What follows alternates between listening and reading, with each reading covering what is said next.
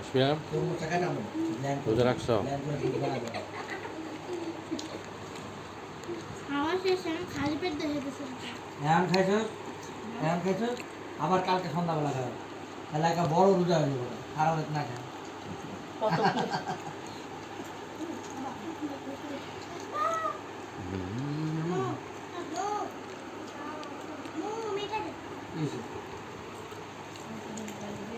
কোনটা লাগবে? আল্লাহ তাহলে কালকে আসমিয়া রোজা রাখছো? খাওয়া শেষে আমি খালি পেট দেখে গেছি। এখন খাইছস আবার কালকে সন্ধ্যাবেলা খাবে তাহলে একটা বড় রোজা হয়ে যাবে খারাপ না খায়